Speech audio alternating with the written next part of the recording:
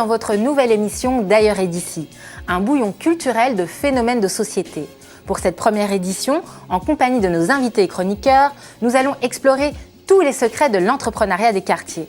Comment réussir son rêve, numérique startup management, D'ailleurs et d'ici lève le voile sur les entreprises de celles et ceux qui changent le visage des quartiers dits sensibles. On commence tout de suite avec l'édito de la semaine. Bonsoir Marc. Bonjour et bienvenue dans D'ailleurs et d'ici. Oui, Riesland, ils participent à changer le visage de leur quartier, mais pas seulement. Héritiers d'une ADN multiculturelle, ils portent avec leur projet un fort potentiel de mondialisation positive, loin des seules spéculations financières. Car si certains s'ancrent complètement dans leur territoire, et c'est aussi une chance, d'autres créent des passerelles entre les Outre-mer et l'Hexagone, entre les pays et continents d'origine et la France, une sorte de co-développement affectif, économique et culturel qui consacre leur identité plurielle et celle de la France d'aujourd'hui. Loin des peurs de voir le monde changer, qui hante, il est vrai, bien trop d'esprit. Merci Marc pour ce regard. Et tout de suite, on lance l'immersion de la semaine, signée Aïna Méry. Aïchatou Cissé ensuite. Le jour de la cérémonie, c'était vraiment une séquence émotion. On arrivait à terme de notre formation. J'étais contente, j'étais fière de moi. Nous nous appelons les déterminés. Hier, nous débutions. Aujourd'hui, nous entreprenons notre vie. Bravo à tous, bravo déterminés, formidable. Je m'appelle Aïchatou, j'ai 24 ans et j'habite au Lila. En fait, j'ai un parcours atypique. Depuis mes 16 ans, je travaille, donc que ce soit des stages de découverte, des missions d'intérim, des CDD et même un CDI. J'allais en entreprise pour pouvoir avoir de l'argent, mais ce n'était pas suffisant pour moi. Il manquait cette envie de me lever chaque matin et de me dire que j'aime ce que je fais. L'envie, c'est primordial dans tout ce que l'on fait. Donc j'ai décidé de créer ma marque de lingerie. Oui, je vous ai envoyé mes croquis, donc du coup, j'attends votre retour. La particularité, c'est le fait que ce soit du sur-mesure et cette possibilité de pouvoir personnaliser leur lingerie. La lingerie, c'est vraiment une passion et j'estime aussi que c'est un moyen de pouvoir prendre confiance en soi. Ce qu'elle m'a apporté, en tout cas, cette formation, c'est le fait de pouvoir avoir un réseau. Si jamais j'ai besoin de conseils constructifs, en tout cas, et dans la bienveillance, j'ai déjà ce qu'il faut. Déterminé, c'est un programme de formation qui a pour but et ambition de démocratiser l'entrepreneuriat des jeunes, faire émerger une nouvelle génération d'entrepreneurs motivés qui ne sont pas forcément dans les réseaux classiques et de les accompagner par le biais d'une formation pratico-pratique, qu'il y ait plus de justice sociale. Pour nos jeunes dans ces territoires-là, il faut qu'il y ait une justice économique. Cette justice économique, elle ne passera pas uniquement que par l'entrepreneuriat, mais ça peut y contribuer, elle passera par le salariat, elle passera par l'entrepreneuriat. Mais si on arrive à faire émerger, pour ceux qui ont envie d'être entrepreneurs, de mieux les accompagner, de mieux les informer, de leur mettre un réseau à disposition, je pense qu'on peut révéler beaucoup de talents. Tout job rapidement, il s'agit d'une plateforme en ligne de recrutement d'urgence dans le champ sanitaire, social et médico-social.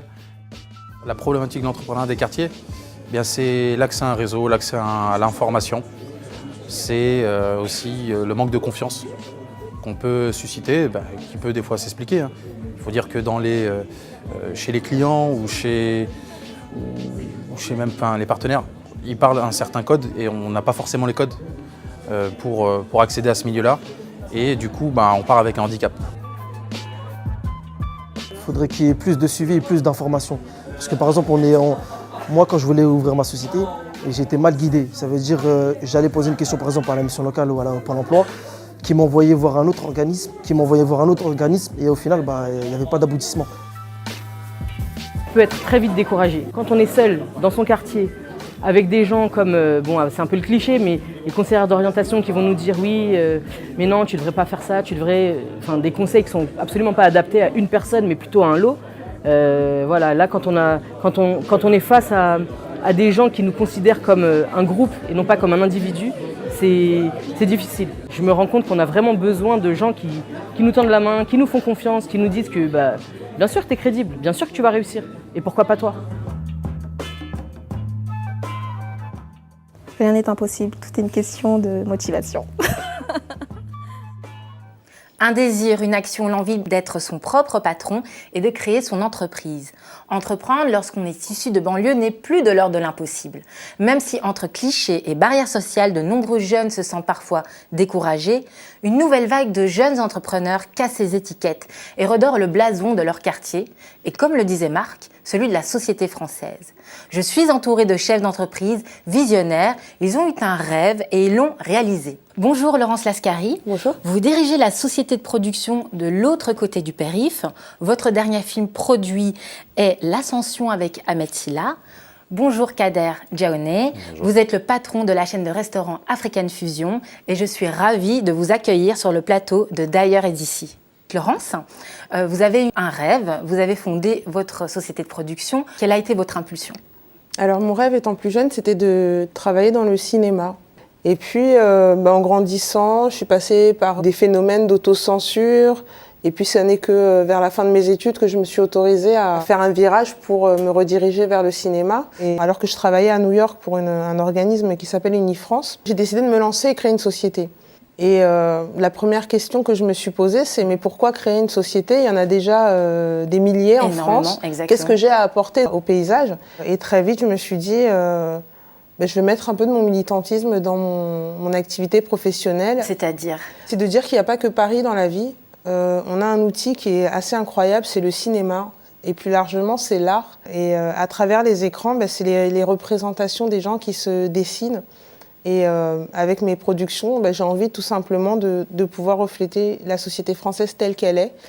Et puis aussi, pour les plus jeunes, issus des quartiers populaires, issus de minorités visibles, j'ai envie de contribuer à leur donner de nouvelles représentations, à élargir leur champ des possibles pour qu'eux puissent vivre leurs rêves à fond et puis avoir pleinement confiance en eux et ne pas se sentir limités. Donc on entend bien cette envie, cette démarche que vous avez voulu mettre en place, et ça fait maintenant une dizaine d'années qu'elle existe. Ça fait 9 ans. 9 ans, c'est bientôt les 10 ans. Kader Djaouné, vous avez fondé votre chaîne de restaurants African Fusion. Quelle a été votre démarche? Cette cuisine dite exotique est connue plus ou moins dans le 93 et peut-être moins en fait dans le secteur parisien. Donc nous, l'idée c'était de vraiment démocratiser, donc l'emmener là où il n'était pas présent pour faire en sorte que ce soit accessible au plus grand nombre. D'où l'idée. Après, c'est une démarche un peu différente, mais qui se rejoint, au fond. Dans cette société de production, est-ce qu'il y a vraiment une énergie différente? Est-ce que vraiment la banlieue ou les quartiers amènent des idées différentes, des histoires différentes? Je pense qu'on pourra aussi faire avancer la société française en étant capable de raconter des histoires universelles qui vont être incarnées par des gens, entre guillemets, issus de minorités. C'est-à-dire que plutôt que prendre l'axe de la différence et dire ouais, on va mettre ça en avant et on va en faire un élément du scénario, mon approche c'est vraiment à l'opposé de ça. Et c'est de se dire, je veux que tout le monde, y compris quelqu'un qui vit en pleine campagne ou dans la Creuse ou je ne sais pas, puisse s'identifier à Ahmed en ce qu'il a d'humain. Et à mon humble avis, en tout cas, c'est ce dont la société française a besoin. Voilà, et je pense qu'il y a une histoire intéressante qui pourrait vous inspirer parce que Kader soutient en fait des jeunes qui ont décidé de monter des crêperies. Et expliquez-nous un peu l'histoire de ces jeunes en fait. L'histoire de la crêperie, ça s'appelle Crêpe Mambon. C'est 2 jeunes de Télégraphe avec qui j'ai grandi, qui me connaissent un peu comme le grand frère Kader du quartier, qui finalement est parti dans la restauration. Et il s'avère qu'ils sont venus me voir pour que je les aide à monter leur société, etc. et à les aider à la gestion au départ. Et donc le projet s'est lancé il y a à peu près 8-9 mois. La crêperie fonctionne très bien. Et actuellement, ils sont à la recherche d'un 2e local, quasiment presque signé. Donc, une deuxième aventure. Exactement. Donc en fait, ils ont pris goût à ça. Et voilà, donc ça avance plutôt pas mal. Comment vous avez pu les persuader de se lancer là-dedans ? Ils ont surtout regardé un petit peu le développement d'African Fusion, regardé aujourd'hui un petit peu la réussite d'African Fusion et le développement étape par étape d'African Fusion, et ils se disent que là du coup on a un exemple à suivre. Donc je pense qu'en fait, ça a été vraiment autour de ça. Voilà. C'est cette envie de se dire, il y a un exemple à suivre, suivons cet exemple et après, il n'y a pas de rêve à vendre. Hein. Dès qu'ils sont arrivés, première chose que je leur ai dit, c'est pas facile. Bien sûr. Et puis, vous-même, Laurence Lascari, en fait, quelles sont les opportunités que vous offrez à des jeunes, par exemple? Déjà, dans l'ADN de l'autre côté du périph', c'est de produire essentiellement des premiers films. Donc, on a vraiment à cœur de mettre le pied à l'étrier à des jeunes talents, réalisateurs, scénaristes. Et un projet dont je peux parler aussi, c'est un projet qui s'appelle Dans mon hall, que j'aime beaucoup, où donc là on en est à la 2e saison et c'est une collection de courts-métrages. Le concept, c'est d'envoyer un réalisateur à la rencontre d'habitants dans une cité, ça peut être n'importe où en France, y compris outre-mer, et il va passer 2 semaines en immersion dans un quartier, rencontrer les habitants, écrire et tourner 3 courts-métrages. Et ça fait vraiment de très très belles histoires et des films qui, pour certains, ont eu de très belles carrières aussi. Kader Djaouné, quels ont été vos obstacles? Le principal obstacle, ça va être le financement en fait. Donc les banques. Les banques aujourd'hui, je trouve que pour la création d'entreprises en France, c'est un gros problème. C'est-à-dire qu'ils ont une vision de l'entrepreneuriat qui n'est pas en adéquation en fait avec ce qui se passe pour les entrepreneurs. Le banquier souhaiterait que l'entrepreneur qui arrive ait l'argent, l'expérience, ne soit jamais trompé en fait, qu'il n'ait jamais fait d'erreur, ce qui est impossible. Parce que tout simplement, le parcours de l'entrepreneur, c'est arriver, c'est des difficultés, c'est peut-être tomber pour mieux se relever. Et les banques, aujourd'hui, ont une manière de fonctionner avec les entreprises, notamment les jeunes entreprises, qui est contre-productif en fait pour la société française. Et là, c'est un constat, vraiment, moi, c'est celui-ci que je fais en premier lieu, c'est qu'aujourd'hui, une banque, ça doit être un partenaire par rapport aux entreprises. Et aujourd'hui, on a l'impression que la seule chose qu'ils savent faire, c'est appeler quand il y a un problème dans le compte. Mais de l'autre côté, pour toute autre aide, vous n'allez pas avoir votre banquier. Ça a été dur?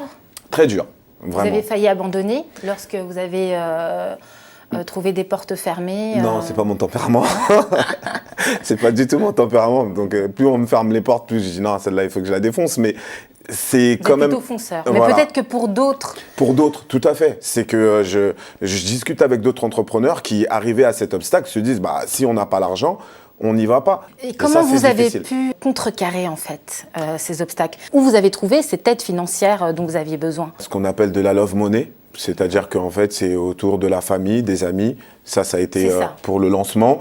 Et après, jusqu'à aujourd'hui. On vous a prêté de l'argent, en fait, c'est votre entourage. L'entourage familial qui nous a prêté, voilà, exactement, et qui nous a dit, allez hop, tenez nos petites économies, allez-y, faites ce que vous avez à faire, on vous fait confiance.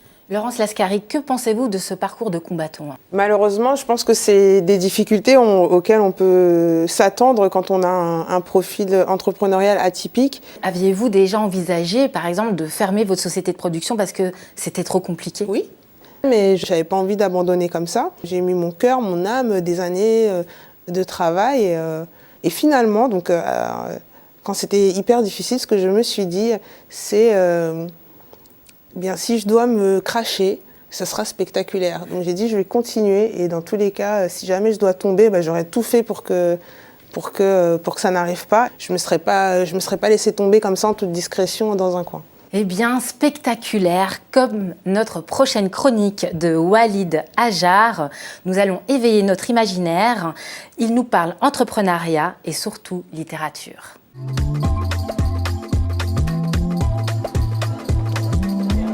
C'est la numéro 1 de Lis avec Walid. Le principe, vous faire découvrir des romans, des essais qui parlent d'ici, de l'ère du temps, mais surtout qui parlent d'ailleurs. Parce qu'en ces temps de travel ban, un livre, c'est encore le meilleur moyen de passer la douane. Et pour cette première, direction le Japon avec La fusée de Shitamashi d'Ikeido Jun. Objectivement, il avait repris la Tsukusa Shekaisho Kusho à cause du décès de son père. Mais à vrai dire, pour lui, cela revêtait une toute autre signification. C'était l'échec de sa vie. Lui donc, c'est Tsukuda, le fils. Ancien ingénieur promis un grand avenir au sein de l'aérospatiale, devenu petit patron malgré lui. L'air de rien, il va transformer la petite PME familiale du 9-3 Tokyo Heat, Shitamashi, du nom du livre, en un fleuron de l'industrie aérospatiale japonaise. Bien sûr, sa réussite fait des envieux, et là, finalement, la petite vie de l'entrepreneur tourne au combat la vie et la mort façon chevalier du zodiaque. Mais Tsukuda tel Seiya est un vrai héros de manga, il ne lâchera rien. Et après avoir frôlé la faillite, il est sur le point de réaliser son rêve, participer au lancement d'une fusée. C'est alors qu'un obstacle surgit de là où il attend le moins, de l'intérieur même de son entreprise. L'un de ses employés s'emporte. Pourquoi supporter le risque de la production alors qu'on peut se faire un max de bénéfices rien qu'en licenciant notre technologie? Le petit patron répond. Pour moi, travailler, c'est comme une maison avec un étage. Au rez-de-chaussée, on travaille pour manger, on gagne sa vie, on travaille pour vivre. Mais si c'est juste ça, on se sent à l'étroit. Pour se sentir un peu à l'aise, il faut du rêve. Ça, c'est l'étage. Mais si on vit seulement dans le rêve, on ne peut pas manger. Mais manger sans rêve, ce n'est pas drôle.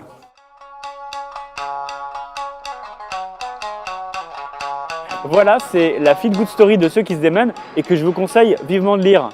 C'était la première de Lis avec Walid. À bientôt. De l'audace des idées innovantes, une véritable révolution des startups. 10% des entreprises installées en zone urbaine sensible comptent entre 10 et 250 salariés, contre 2% des entreprises à l'échelle nationale. Alors Marc, une nouvelle ère de l'emploi se dessine-t-elle grâce à l'entrepreneuriat des quartiers ? Rebonjour, l'entrepreneuriat part toujours d'un désir, d'une urgence à faire, à réaliser. Les entrepreneurs sont des observateurs du quotidien, curieux de ce qui pourra apporter du mieux-être ou de nouvelles solutions. Mais l'entrepreneuriat offre aussi pour les personnes discriminées un contournement possible de ce qui bloque. Leur genre, leur couleur, leur origine sociale, leur religion, leur handicap. Un double moteur en quelque sorte. Les États-Unis l'ont bien compris en prévoyant dans leur Small Business Act, une loi pour le développement des PME et TPE, un volet pour soutenir l'entrepreneuriat des personnes discriminées. C'est ainsi, l'humain n'aime pas être victimisé. Et lorsqu'on cherche à le bloquer, il invente, crée, innove et apporte par là même un possible moteur de renouvellement de toute la société. Un moteur que la France aurait bien tort d'ignorer davantage. Merci Marc. Et maintenant, nous allons commencer le deuxième débat. Bonjour Arnaud Runjo, vous êtes responsable au pôle entrepreneuriat à la place, le centre culturel hip-hop. Bonjour Cédric Dauvny, vous êtes élu à la jeunesse à la mairie du 18e. Bonjour. En quoi l'entrepreneuriat représente-t-il un potentiel important pour le développement des quartiers, selon vous ? Première question qu'on peut se poser, est-ce que l'entrepreneuriat est une chance pour les quartiers ou est-ce que les quartiers sont une chance pour l'entrepreneuriat ? Ce qui est sûr, c'est que plutôt que parler de quartier, on peut parler de territoire. Oui, je pense c'est des territoires très très jeunes, bien au-dessus de la moyenne nationale. Et puis c'est également, je dirais, des territoires sur lesquels se trouve une jeunesse avec un potentiel et une énergie phénoménale et une envie d'entreprendre qui est également bien au-delà, je dirais, de la moyenne nationale. Toute structure jeunesse digne de ce nom, qu'est-ce qu'elle cherche ?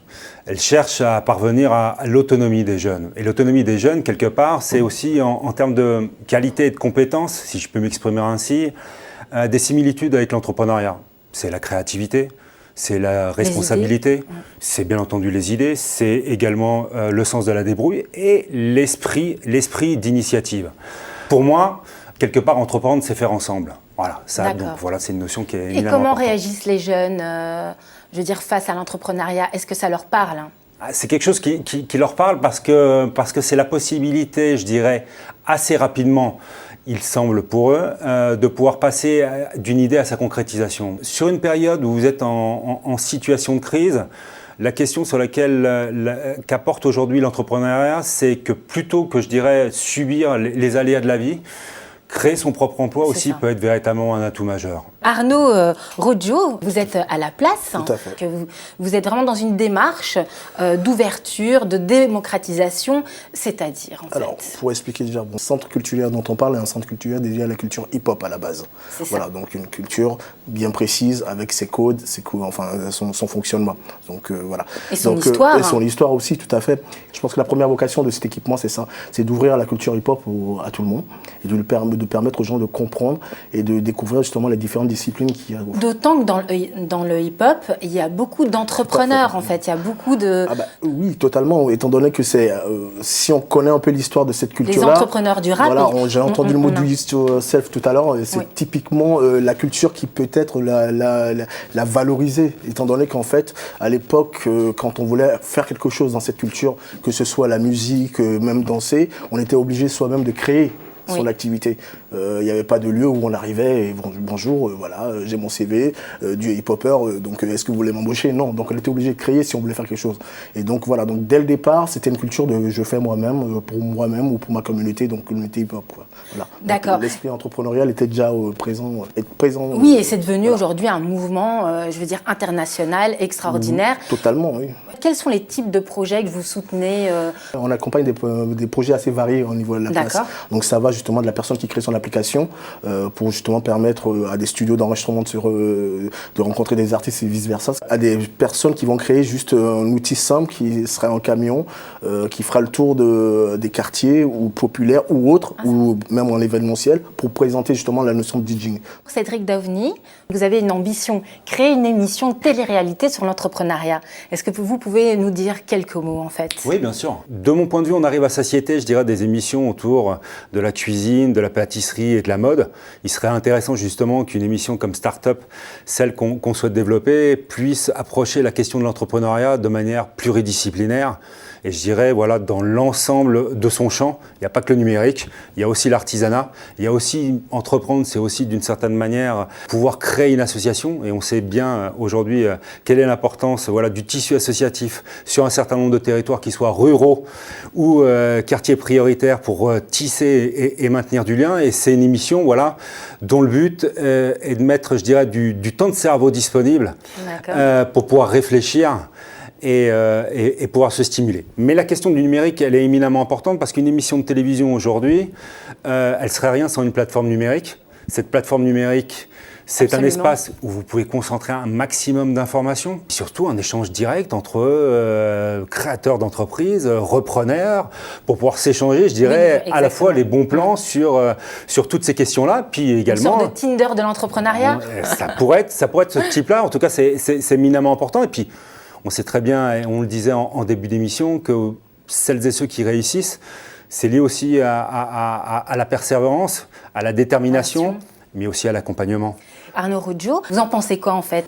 Comme tout porteur de projet, ils sortent à toutes sortes de problématiques. La première, forcément, c'est déjà pouvoir structurer leur activité. C'est être conseillé dans la structuration tant administrative que juridique de leur projet, puisque c'est la base même d'un projet. Voilà, donc ça commence déjà par là. Puis, il y a la recherche de fonds, forcément. Donc, on ne développe pas une entreprise seulement avec ses moyens propres. Il faut aller chercher des investisseurs, il faut aller chercher des fonds, donc faire de la levée de fonds et pouvoir consolider son projet via cette création. Merci Arnaud, merci Cédric d'être venu sur le plateau de D'ailleurs et d'ici. Et tout de suite, nous allons retrouver Maïmouna pour l'initiative au top. Bonjour Maïmouna. Bonjour Rislaine. Tu as fait de belles rencontres. Effectivement, j'ai fait de très belles rencontres dernièrement. Si je vous dis AKB, qu'est-ce que ça vous évoque? Un nouveau rappeur à 3 lettres? Une alerte kebab bio? Eh bien non. AKB, c'est une association qui a été créée en 2011 qui a pour but l'accompagnement à la création et au développement d'entreprises exclusivement portées par des femmes. Rien que ça. Yes. Oui, enfin. Alors, chaque année, AKB organise le concours des entrepreneuses plurielles au sein de la Fondation Deloitte. J'ai eu la chance l'année dernière de participer à la dernière édition du concours des entrepreneuses plurielles. Il fallait m'inviter. Oui, la prochaine fois, je t'invite, promis. Et j'ai été tout simplement bluffée. Bluffée par le parcours inspirant de toutes ces femmes, par les produits innovants qu'elles proposaient et également par leur détermination sans faille. Yes. J'ai pu rencontrer la charismatique Maryse, fondatrice de Cine, une application qui met en lien des parents et des professionnels de la garde d'enfants. J'ai rencontré également le duo attachant Karine et Anne, qui ont inventé Troque ta chambre, une plateforme qui permet à des étudiants sans logement d'échanger leur chambre. Ou encore la resplendissante Suzanne, qui a inventé un e-concept store qui s'appelle Happy Face, qui permet de mettre en avant de jeunes créateurs avant-gardistes de la mode afropolitaine. Et enfin, sans oublier Sonia, l'émouvante Sonia qui est passionnée par l'enseignement et qui a créé sa propre boîte d'édition qui s'appelle Le Monde des Hourouf et qui permet aux jeunes enfants d'apprendre les lettres arabes avec des personnages drôles et loufoques et beaucoup d'autres. En 4 ans, AKB, c'est 128 candidatures, 34 lauréates et près d'une trentaine de partenaires. Waouh! Je les cite. Voir nos finalistes en talons, baskets, aux cheveux lissés, tressés, enturbanés, voilés, crépus, un public mélangé qui riait, pleurait, applaudissait à l'unisson, c'est ça notre plus belle réussite. Alors si vous aussi se cache en vous une entrepreneuse plurielle, n'hésitez plus. Allez sur le site akawadbusiness.com ou sur la page Facebook AKB. Merci Maïmouna. De rien. Merci. Et donc oui, entrepreneuse plurielle pour une France plurielle. On conclut en beauté avec le flow de John Bonzai qui ouvre lui aussi avec ses mots le champ des possibles. Donc, son petit CD.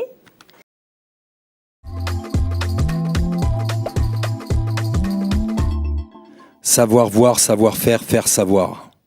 Peu importe le faux départ, juste arriver à y croire, on s'invente sa propre cible où plus rien n'est impossible. Pas de compétition, tu veux te battre contre qui? Plus d'excuses bidons, tu penses tromper qui? On se retrouve seul et on se console à dire qu'on a moins peur d'échouer que l'envie de réussir. On s'apitoie pas sur soi et la chance n'attend pas, une erreur ne se répète pas quand le succès est un choix. Si on se bat, c'est pour soi-même et pas contre quelqu'un. On construit ce que l'on aime sans reporter à demain. On cherche des nouvelles opportunités face aux problèmes. Une volonté déterminée, on récolte ce que l'on sème. Le temps aiguise les compétences, la force, la persévérance. Une vision, un plan, l'ambition, de l'audace. Des décisions, passage à l'action, prêche ta propre paroisse. La réussite s'élève à la lumière et fait de l'ombre aux échecs. Le succès s'évalue fier, bien au-delà d'un gros chèque. S'entreprendre, s'entredonner, rester centré, s'auto-entendre et se le répéter. Merci John, merci à tous et n'oubliez pas, d'ailleurs et d'ici c'est une belle revue avec beaucoup d'infos aussi sur l'entrepreneuriat. Dans le numéro 3, donc Révolution culturelle, une grande enquête signée Aziz Oguz, parti de rien les boss du rap. Je pense que ça vous allez apprécier, les entrepreneurs du hip-hop. Et rendez-vous pour notre prochaine émission Littérature, cinéma, musique nous pose une question sensible, mais que fait la police ?